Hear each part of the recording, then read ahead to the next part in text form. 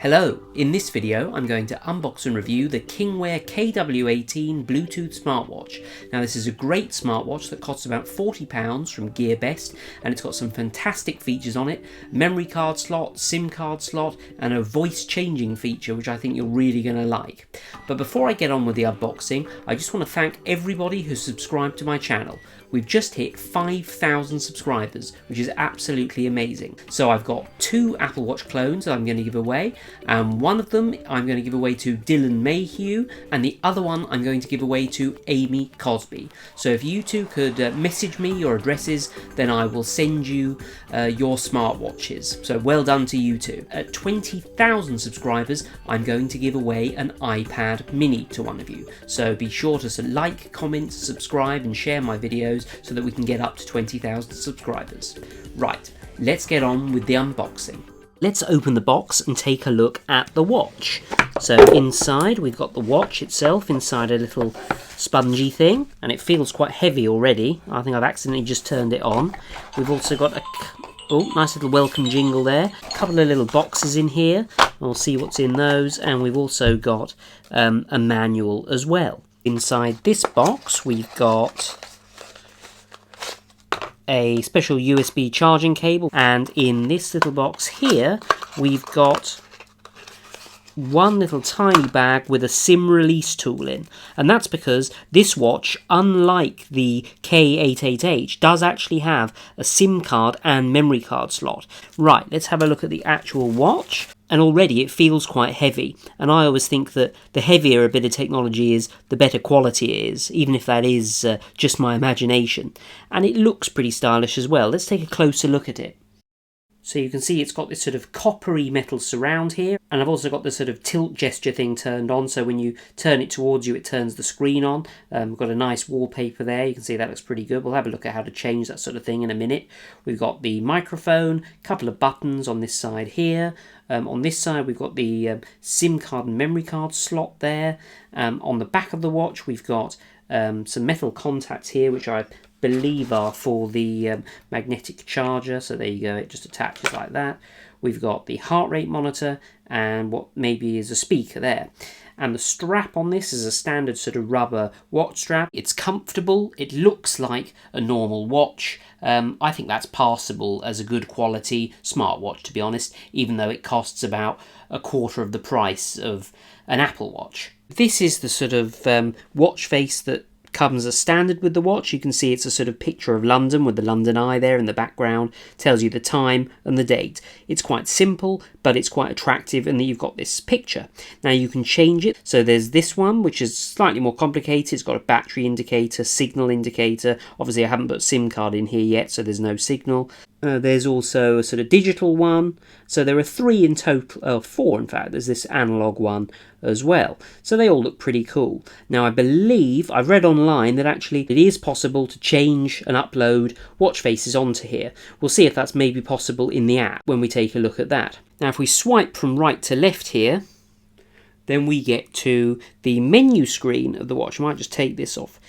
So you can see we've got a battery indicator at the top there, and now we can scroll through this menu and we've got a whole host of features on this watch that we can go through and take a look at. Right, let's use this little SIM release tool and actually take a look inside here. So that appears to have turned the watch off doing that. Yep, you can see that that looks like a standard SIM, but we'll see shortly. So the micro SD card goes on one side of the SIM tray, and your micro SIM card goes on the other side. And then hopefully we can just pop that in there like that. So now that we've got the SIM card in there, there are a number of things we can do, and it's worth saying we don't have to pair it with a phone to do this. Once you've got the SIM card in, we can use these features. For example, we can now use the dialer to make phone calls from the watch. We can also use the text messaging feature. So here, if I go to the inbox, you can see I've got a text message from GF here. Click on that, just finished the scones, delicious. There we go. And you can even reply to it on the watch as well. And we've got this thing called predictive text, which you might remember if you had an old Nokia mobile phone, and that seems to work quite well. So I could reply to that, options, send to, and that's really useful if you haven't got your phone on you to be able to reply like that. We've also got the contacts section, which, as you know, if you've got a mobile phone, you'll be familiar with that. Lists all your contacts. Call logs, you can either look locally using the SIM card in there or by Bluetooth. So most of these functions will work by Bluetooth as well. Now they're the sort of main sort of phone call and communication features on this watch, but we also have a number of other features. For example, there is a pedometer on this, so we've seen these before. It'll monitor the number of steps you've done because there's an accelerometer in the watch which can basically work out how much your arm is moving, which they kind of interpret as steps, but it does mean if you go for a long drive in your car, then you'll probably look like you've run a marathon or something. And it can sync all this data with the apps, which I shall show you shortly. There's also a sleeping monitor as well, which uses the same thing. The sedentary reminder, now these are just fancy alarms basically to remind you to get up and walk around. There is a heart rate monitor on this, which isn't going to work because it's not attached to my wrist. But you can see there's a sort of green light on the bottom there. I put it on my wrist, measured my heart rate, says it's 56 beats per minute, which is pretty good actually. I must be pretty relaxed. There's also a music function on here. You can either play music from the memory card on here, or over Bluetooth you can play it from your phone. There is a sound recorder on here as well, so you can sort of make dictaphone messages. Which is actually surprisingly useful. Video on here as well. Now this is unusual, I haven't seen this on other watches before. So I was able to load on a simple MP4. And if I press this button here, you can see it's very low resolution and I've squished it because I haven't written it out quite right. So you can actually play videos on this watch, which I think is a pretty cool feature actually. And these next two things require us to install an app on the phone, which we will take a look at as well. There's a remote camera, so basically you can use your watch as a trigger for the camera on your phone, which is good if you want to take a photo of a group of you or something and rest the camera on your mantelpiece or whatever. Oh, that sounds very English, doesn't it? Notifications as well, so if you get an eBay bid or something, or somebody messages you on Tinder, you can get a notification come up on your watch. Basically, any notification that comes up on your phone will come up on the watch.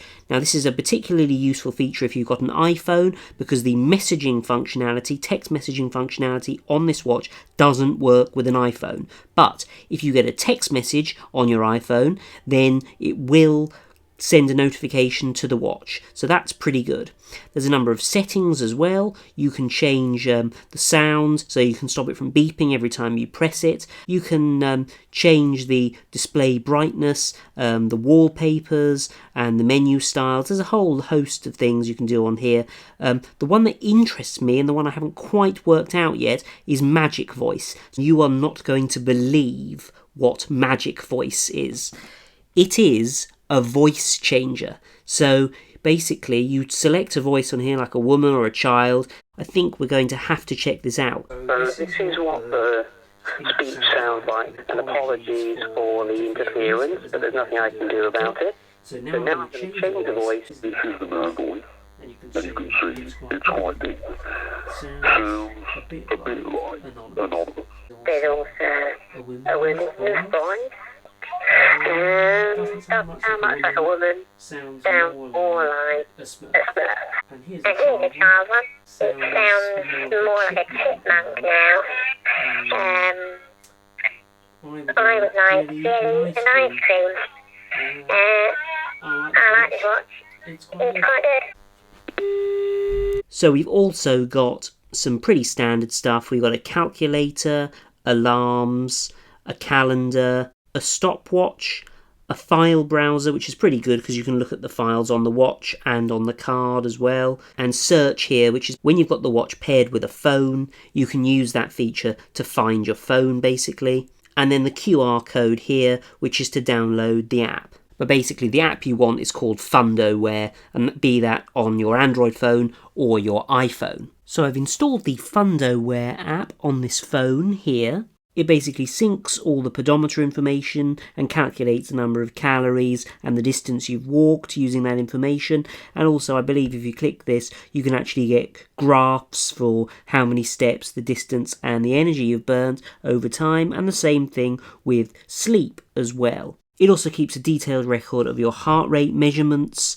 There's this weird Discover page, which I don't understand at all. Maybe it doesn't work in the West. When I click on it, it shows me somewhere in China. Now, the thing that really interests me is this thing that says My Applications. So there is actually a Yahoo weather app, and there are several other watch faces that you can install on the app. So here's one of the watch faces that doesn't come installed on the watch as standard, it's just in the FundoWear app, and these are actually called VXP files, and you can download some of these on the internet. Now, I've tried, but I haven't successfully been able to download a VXP watch file or app and upload it onto the watch. But you might have more luck than me, and there are forums out there where you can sort of, with loads of people designing watch faces and new apps and things. So it's quite interesting that you should actually be able to download apps and watch faces onto it. So the app's pretty easy to use, we've seen it before, good for syncing the data, not that necessary to be honest if you're not really into the sort of sporty stuff. If we didn't have a SIM card in the watch and we had the SIM card in the phone instead, and obviously it would only work then